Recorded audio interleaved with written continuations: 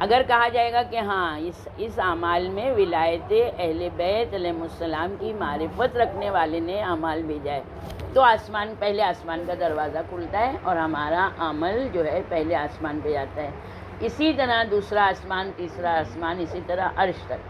اب اگر ہمارے پاس ولایت نہیں ہے یا جو ولایت پر نہیں ہے تو اب ان کے اعمال میں کہتے ہیں نہیں سب ہے مگر ولایت نہیں ہے. کہ اگر ولایت نہیں ہے تو یہ عمل انہی کے پاس لوٹا دو، اس کو ہتھکڑیاں، بیڑیاں، زنجیریں بنا کر ان کے گلے میں طوق ڈال دو، اس کو سانپ بچھو بنا دو. تو یعنی یہ چیز ثابت کر رہی ہے کہ آج ہمارے عمل بھی قبول ہو رہے ہیں تو حجت خدا کی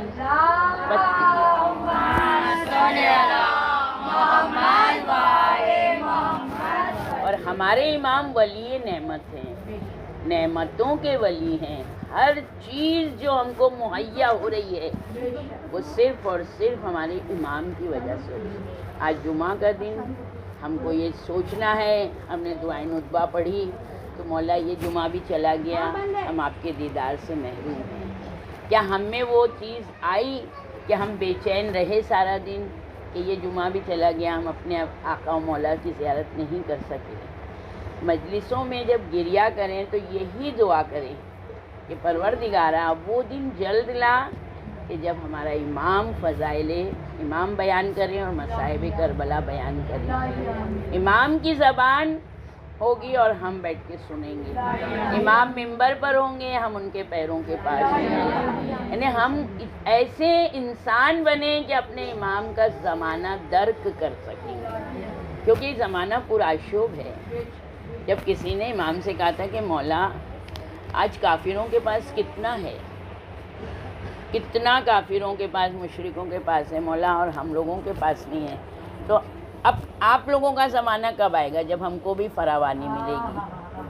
دیکھیں مومن خوش ہوں گے جب امام کا ظہور ہوگا. مگر امام نے ایک جملہ کیا کہا؟ امام نے کہا کہ ہمارا انتظار کر رہے ہو؟ ہمارا زمانے میں تو بہت سختی ہوگی، سوائے تلوار اور خون کے کچھ نہیں ہوگا. کیونکہ امام جو ہیں، جو قانون ہے، جو شریعت ہے، اب آپ کا دل چاہے چاہے نہ چاہے آپ کو اس کو فالو کرنا ہے. نماز شب آج مستحب ہے، ہو سکتا ہے ظہور امام کے بعد واجب ہو جائے. اب ہم تو سوئے رہتے ہیں، مگر جس وقت امام کا ظہور ہو چکا ہوگا تو ہم سو ہی نہیں سکتے ہیں. چاہے کچھ ہو جائے تلوار لے کے سپاہی کھڑا رہے گا. تب ہم کیا کہیں گے؟ کہاں امام کی دعا کی تھی، آ گئے امام، نہیں آتے تو اچھا ہوتا. کتنے شیعہ یہ جملہ کہہ کے کافر ہو جائیں گے.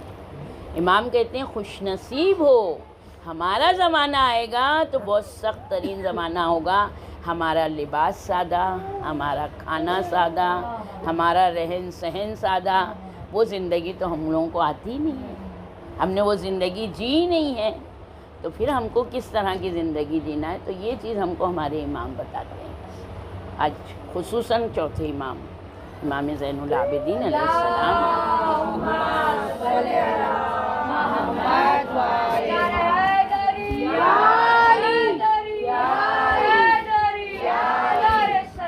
اللہم صلی علی محمد وعلی امام نے ہم لوگوں کو سب سے بڑا تحفہ دیا ہے، کیونکہ ہم سب کے لیے ہے، شیعوں میں ہے بدا یعنی جو ہماری تقدیر میں اللہ نے لکھ دیا ہے ہم اس کو بدل سکتے ہیں. ہم اپنی تقدیر تدبیر سے بدل سکتے ہیں. تو امام نے ہم کو دعاؤں کا مجموعہ دیا ہے، صحیفہ سجادیہ جو صحیفہ کاملہ. پھر دوسری چیز ہے، امام نے ہم کو صحیفہ سجادیہ میں وہ دعا نہیں ہے جو ہمارے کو مفاتی میں ہے، 15 مناجاتی. مناجات اس کو کہتے ہیں کہ جو انسان تنہائی میں بیٹھ کے اللہ سے بات کرے، اللہ سے مناجات کرے، بالکل تنہائی میں. یعنی جو ہمارے دل کا درد ہے وہ ہم اپنے اللہ سے بیان کر رہے ہیں. تو یہ 15 مناجاتوں سے ہم غافل ہیں. کیوں ہم پریشانیوں میں گھرے ہیں؟ کیا امام کی دعا میں اثر نہیں ہے یا ہمارے پڑھنے میں اثر نہیں ہے؟ ہماری زبانیں نجس ہیں، ہماری زبانیں گنہگار ہیں. تو ہم کو وہ مناجات، ایک مناجات ہم روز پڑھیں تو 15 دن میں ایک ہوتی ہے، پھر دوسرے 15 دن میں ہم تو مہینے میں 2 بار ایک مناجات ہو جائے گی. تو کم سے کم ہم کو مناجات کا، اور ایک پیج کی، زیادہ نہیں ہے وہ بڑی، کبھی ہم عربی میں پڑھیں کبھی اردو میں پڑھیں، تاکہ پتہ چلے کہ مناجات لقاء اللہ، اللہ سے ملاقات. اب اللہ سے ملاقات کے لیے لوگوں نے کیا تفسیر کر لی کہ اللہ قیامت کے دن دکھائی دے گا. اللہ قیامت کے دن دکھائی دیا تو وہ اللہ ہی نہیں ہے. تو اس کے معنی کیا ہیں؟ مناجات میں اس طرح کے الفاظ آئے ہیں اور امام نے اس طرح کے الفاظ استعمال کیے ہیں. تو امام کہتے ہیں ہم لسان اللہ ہیں، ہم ید اللہ ہیں، ہم اس کی حجت ہیں. تو امام کو اللہ نے وہ پاور دیا ہے کہ یقیناً جب ہم امام کی سوانح حیات پڑھیں، سب سے زیادہ جو ہم کو چوتھے امام کو جب امامت ملی ہے تو بہت سخت زمانے میں ملی ہے. سب سے پہلا ہی فتویٰ جو لیا ہے جناب زینب نے، جب خیمے لٹ گئے تھے، چادر چھن گئی تھی، تو سید سجاد کو غش سے چونکا کے یہی کہا تھا، سید سجاد اب تم امام وقت ہو، چادریں سر پہ نہیں ہیں، خیمے جلنے لگے ہیں، ہم کیا کریں؟ بغیر چادر جائیں یا جل کے مر جائیں؟ جناب زینب نے یہ چیز بتا دی، خود بھی عالمہ غیر معلمہ، مگر انہوں نے بتایا وقت کے امام سے پوچھنا ضروری ہے.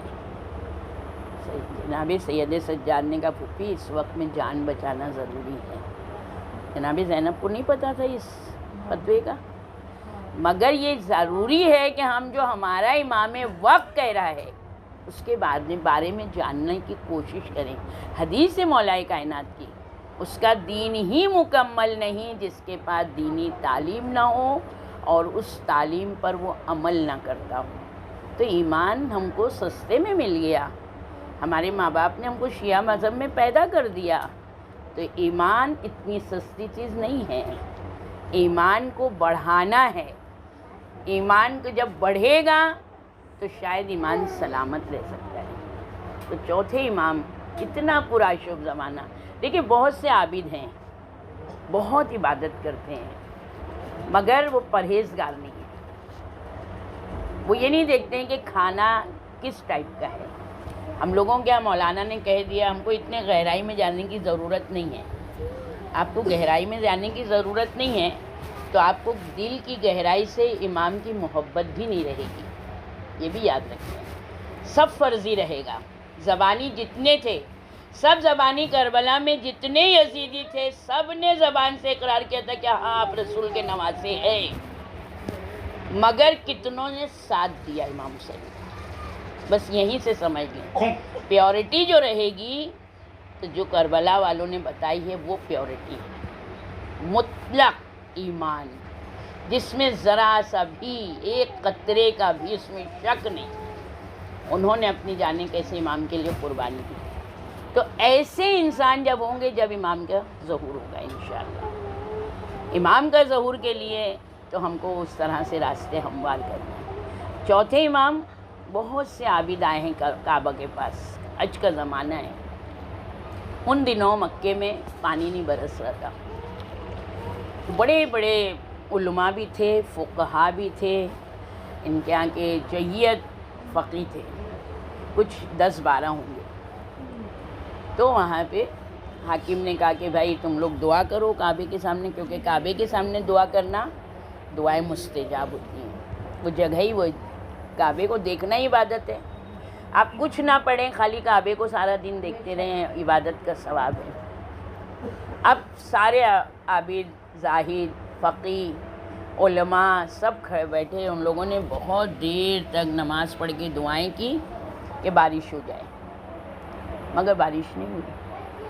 بہت سلسلہ چلا، کافی دیر تک چلا، گھنٹوں چلا، بارش نہیں ہوئی. کوئی بھی اس میں ایسا نہیں تھا کہ جس کی زبان پاک ہوتی. اتفاق سے ہمارے چوتھے امام، امام زین العابدین علیہ السلام نے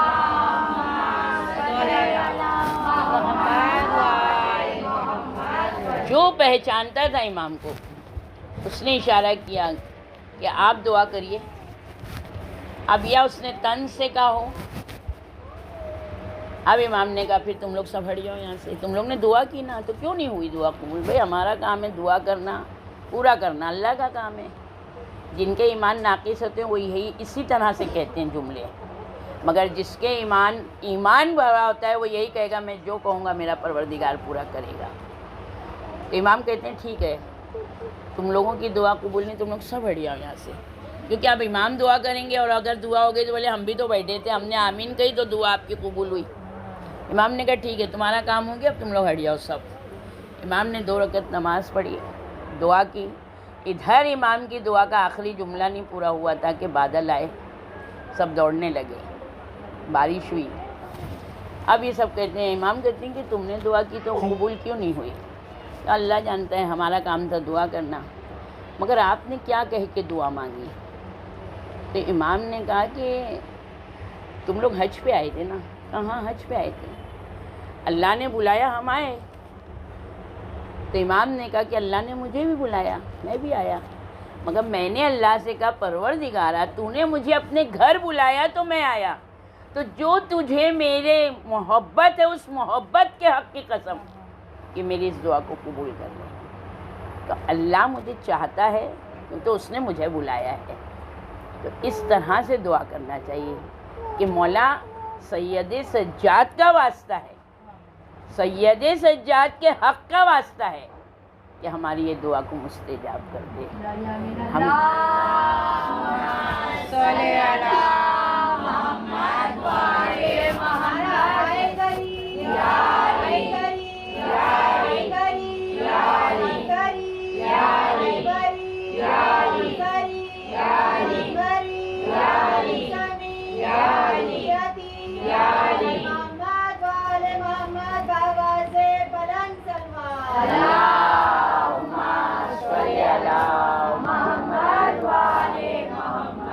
ہمارے چوتھے امام کا زمانہ کربلا کے بعد میں بھی بہت سخت ترین تھا۔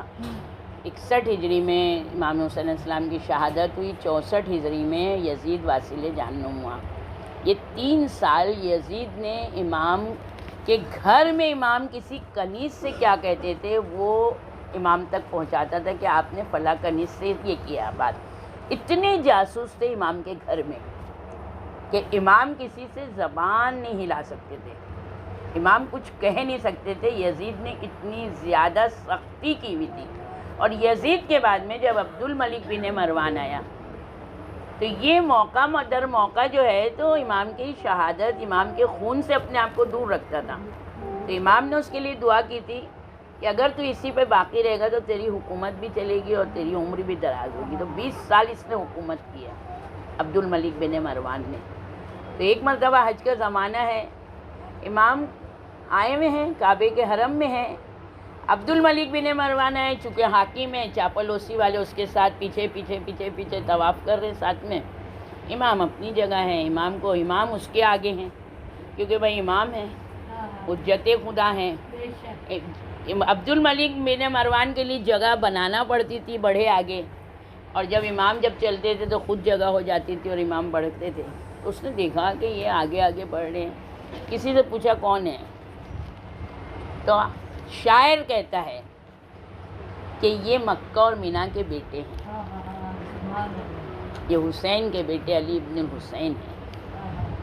تو اس نے امام نے اپنا طواف کیا، نماز پڑھی، کنارے ہو گئے۔ اس نے کہا جاؤ ان کو بلا کے لاؤ۔ تو آیا کہ آپ کو بلا رہا ہے۔ امام نے کہا مجھے اس سے کیا کام ہے، میں اپنے اللہ کے لیے آیا ہوں، اپنی جگہ پر ہوں، اپنی عبادت میں مشغول ہوں۔ پھر بھی امام نے جب کئی بار بلایا تو امام گئے۔ تو کہتا ہے کہ آپ میرے پاس نہیں آئے۔ امام نے کہا مجھے کوئی ضرورت نہیں تھی، میں جس کا گھر ہے اس کے گھر پہ آیا ہوں۔ کہا کہ نہیں آپ آتے تو آپ کی میں کچھ تنگ دستی دور کر دیتا، اگر کچھ قرضے وغیرہ ہیں تو میں ادا کر دیتا، آپ کے خرچ کو کچھ پیسے دے دیتا۔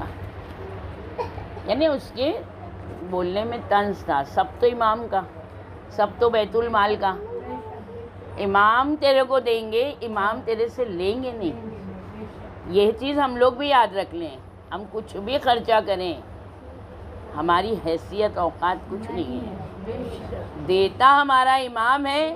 اب یہاں سے ہمارا دل اور نیت ہے کہ ہم کتنا جمع کر کے رکھیں اور کتنا خرچ کر دیں. اگر ہم گن کے لمٹ رکھ دیں گے خرچ کرنے میں تو گن کے اور لمٹ ہی ملے گا. اور اگر ہم سخاوت کے ساتھ میں خرچ کریں گے تو ہم کو بھی سخاوت کا دربار کھلا رہتا ہے، ہمیشہ ملتا رہے گا. اور ہم کو چاہیے کیا ہے، ہم کیا چیز لے جانے والے ہیں، یہاں سے ہم کیا چیز لے جانے والے ہیں.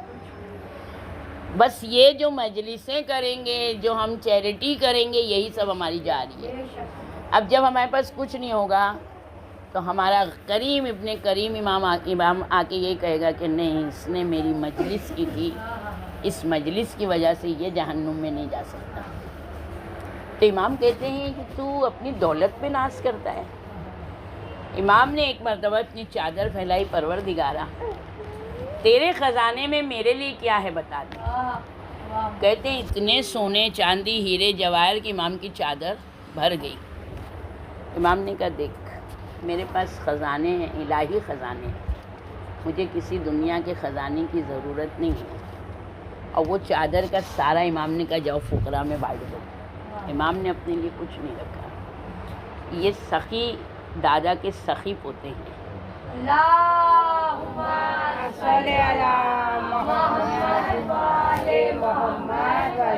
ہم لوگ اپنے چوتھے امام کی اگر زندگی دیکھیں تو بہت کٹھن زندگی تھی ہمارے امام کی، مگر امام شیعوں سے کبھی غافل نہیں ہوئے. جس نے جو مانگا امام نے اس کو دیا ہے، جس نے جو طلب کیا امام نے اس کو عطا کیا ہے. امام نے اپنے دشمن کو، اگر کوئی نے ہم سے دشمنی کی ہے، جب ہم اس کو دیکھتے ہیں تو اندر سے دل ایک دم بیٹھنے لگتا ہے. مدینے میں کون ایسا تھا کہ جو امام کا دوست تھا؟ یعنی انسان کی فطرت میں ہے انتقام لینا، ہر انسان کی فطرت میں. اور یہ انسانی فطرت میں نہیں ہے، بلکہ جانور بھی جو ہے تو انتقام لیتا ہے. جانور میں بھی یہ فطرت ہوتی ہے کہ وہ انتقام لیتا ہے.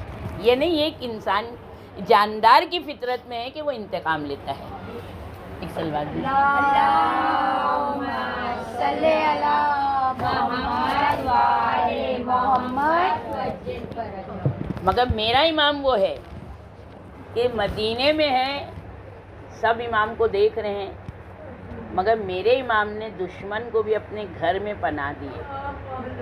جب یزید نے حکم دیا کہ مدینے کو تاراج کر دو، رسول اللہ کی قبر مسمار کر دو، مسجد نبی میں گھوڑے بندھے، تو مروان جیسا لعنت اللہ یہ ہر امیر کے گھر گیا ہے کہ میرے بیوی بچوں کو رکھ لو کیونکہ مجھے یقین ہے یزید مجھے قتل کروا دے گا. کسی نے بھی اس کے بیوی بچوں کو گھر میں نہیں رکھا. پھر وہ آیا سید سجاد کے پاس جو سب سے بڑا قاتل ہے باپ کا، اور آ کے کہتا ہے کہ میں جانتا ہوں فقط یہ گھر ہے، نہ یزید اس گھر کو کچھ کرے گا اور نہ آپ میرے گھر والوں کو کوئی نقصان پہنچائیں گے. میں چاہتا ہوں میرے بیوی بچے آپ کے گھر رہیں. لیکن اور کوئی ہوتا تو کیا کہتا، جس کا پورا بھرا گھر اجاڑ دیا تو تیرے گھر کی حفاظت کروں. میرے امام نے کہا شوق سے. جب یزید کے سپاہی آئے، امام مدینے سے کچھ دور چلے گئے تھے، 2 مہینے مروان کے گھر والے امام کے گھر مہمان رہے ہیں. اور ان کے گھر کی عورتوں نے یہی کہا کہ ہم اپنے شوہر کی یعنی ساتھ رہ کے اپنے گھر میں اتنی خوشی سے نہیں رہتے تھے اور اتنی نعمتیں نہیں ملتی تھیں جو ہم کو سید سجاد کے گھر ملے. یعنی خاموش انتقام. خود مروان کہتا ہے ایسا انتقام کبھی نہیں دیکھا کہ سید سجاد نے رحم کر کے انتقام دیا. یعنی ہم نے جتنا بڑا ظلم کیا بہت سخت ترین تھا. امام کو غش کی حالت میں بستر گھسیٹ لینا امام کا، امام کو 11 محرم رات بھر میرا امام جلی ہوئی خاک پر سر رکھے ہوئے، اور پھر امام کو کس طرح صبح میں ہتھکڑیاں بیڑیاں پہنائی گئی ہیں، کس طرح سے اونٹوں پر سوار کیا گیا. سلام ہو ہمارے وہ امام پر کہ جس وقت بے چادر بہنوں کی بات آئی تھی تو امام حسین علیہ السلام خاموش ہو گئے تھے. تو جناب زینب نے کہا تھا بھیا خاموش کیوں ہو گئے؟ کا زینب حسین گوارا نہیں کر سکتا ہے کہ علی کی بیٹیاں بے چادر ہوں، مگر میرے چوتھے امام کو سید الساجدین، زین العابدین، سید الصابرین کے لقب ملے ہیں۔ کس طرح میرا امام اونٹوں کی مہار ہاتھ میں آ گئی اور امام اپنی ماؤں کو، بہنوں کو، پھوپھیوں کو کس طرح بے چادر دیکھ رہے ہیں۔ جناب زینب کہتی ہیں ہمارے بازو باندھ دیے گئے، ہماری چادریں اتار لی گئیں، بے کجاوا اونٹوں پہ سوار کر کے ہم کو ایک لاوارث غلام کی طرح اس طرح لے کر چلے ہیں۔ سلام ہو میرے امام پر۔ کس طرح سے جب 12 محرم کو قافلہ جب چلا ہے، کہتے ہیں نوکے نیزہ پہ سارے سر آئے، جب بیویوں کو دیکھا ہے تو سارے سر تو رہ گئے، مگر جناب عباس کی غیرت نے گوارا نہیں کیا۔ جناب عباس کی غیرت نے گوارا نہیں کیا۔ جس وقت کوفے میں آگے آگے شہیدوں کے سر ہے اور سر کے بعد دائیں بائیں پیچھے آگے ساری بیویاں ہیں بے چادر، ایسی بیویوں کی ہیبت ہے، ایسی بیویوں کی کہیں گے کہ غربت ہے کہ دیکھ کے لوگ روتے تھے کہ کس شریف گھر کے لوگ ہیں، کس جرم کی یہ سزا دے رہے ظالم ان کو۔ تو کہتے ہیں کہ ایک شخص کہتا ہے کہ میں نے دیکھا سارے سر نوکے نیزہ پر ہیں، ایک سر گھوڑے کی گردن میں ہے، جب گھوڑا چلتا ہے تو کبھی سر گھٹنے سے ٹکراتا ہے، کبھی سر پیر کے تلووں سے ٹکراتا ہے، گھوڑا جب سر نیچے کرتا ہے تو سر زمین پہ لگتا ہے۔ یہ کس کا سر تھا؟ یہ کوئی اور نہیں، اتنا ظلم جو ڈھایا گیا ہے، کیونکہ یزیدی فوج پر ہیبت تھی جناب عباس کی۔ جب تک جناب عباس زندہ تھے ساری یزیدی فوج گھبرائی رہتی تھی، مگر جناب عباس کی غیرت تھی، وہ اپنی بیوی کو کبھی بے چادر نہیں دیکھ سکتے تھے۔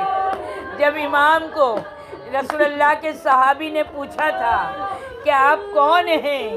کہا میں تمہارا چوتھا امام ہوں۔ کہا کہ مولا یہ کیسے ہوا؟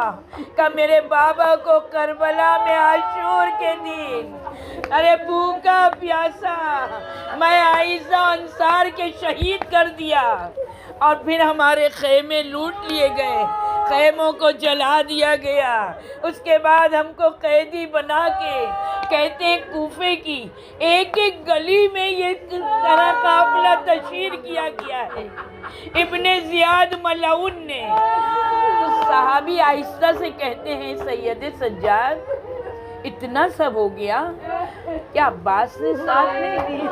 اللہ اللہ، جیسے ہی کہا نا عباس نے ساتھ نہیں دیا، کہ میرے چچا کو کچھ نہ کہیے گا، کہ میرے چچا کو کچھ نہ کہیے گا، کہ کیوں نہیں کہوں، سب کے سر نوکے نیزہ پہ ہے، تیرے چچا کا سر نظر نہیں آتا۔ ہتھ کڑیاں بیڑیاں سنبھالی، کہ آئیے چچا سے خود پوچھے، اسی گھوڑے کے پاس آئے۔ جس وقت سید سجاد آئے ہیں جناب عباس کی آنکھیں کھلی ہوئی تھیں، جیسے ہی جناب سید سجاد کو دیکھا عباس کی آنکھیں بند ہو گئی۔ عباس شہید ہو کے بھی اپنے بھتیجے کو اس حالت میں۔ چوتھا امام کہتے ہیں چچا میں آپ سے شکایت کرنے نہیں آیا، میں اپنی تکلیف بیان کرنے نہیں آیا، چچا یہ پوچھنے ہیں کہ سب کے سر نوکے نیزہ پر ہیں، آپ کا سر کیوں گھوڑے کی گردن میں؟ میرا جناب عباس کی ایک چیخ نکلی، کہتے ہیں رو کے کہتے ہیں صحابی رسول عباس کی غیرت گوارا نہیں کرتی۔ جس وقت سب کے سر نوکے نیزہ پر بلند ہو رہے تھے، جیسے ہی میرے سر نے علی کی بیٹی کو بے چادر دیکھا، نیزے کی نوک سے گر گیا۔ 9 مرتبہ شمر نے نو کے نیزہ پہ رکھا، جب 9 مرتبہ گرا تو اس ملعون نے میرا سر گھوڑے کی گردن میں باندھ دیا۔ یہ غیرت عباس ہے۔ جبھی تو زینب نے جب عباس رخصت ہونے لگے تو یہی کہا تھا، بیبیوں کل جو ضمانت لی تھی چادر کی، آج میں وہ واپس لیتی ہوں۔ اب تو میری چادر کا محافظ جا رہا ہے۔ یہ وہ عباس ہے کہ جب بھی میرا امام مدینے میں کوئی مجلس رکھتا تھا، ایک مجلس میں آئے ہیں، ذاکر نے جیسے ہی جناب عباس کا نام لیا، میرا چوتھا امام کھڑے ہو گئے، پیروں پہ ورم ہیں، امام بالکل ذوق سے نقاہت میں ہیں۔ کہتے ذاکر نے 9 مرتبہ نام لیا۔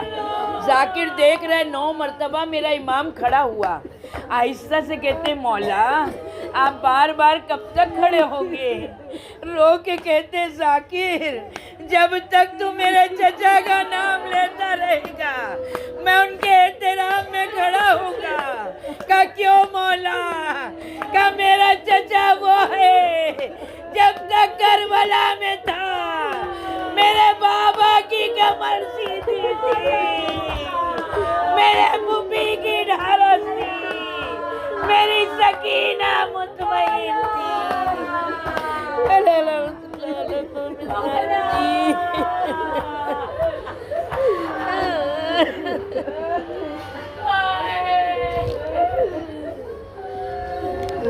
اللہ ظالمین سیعلم الذین ظلموا ای منقلب ینقلب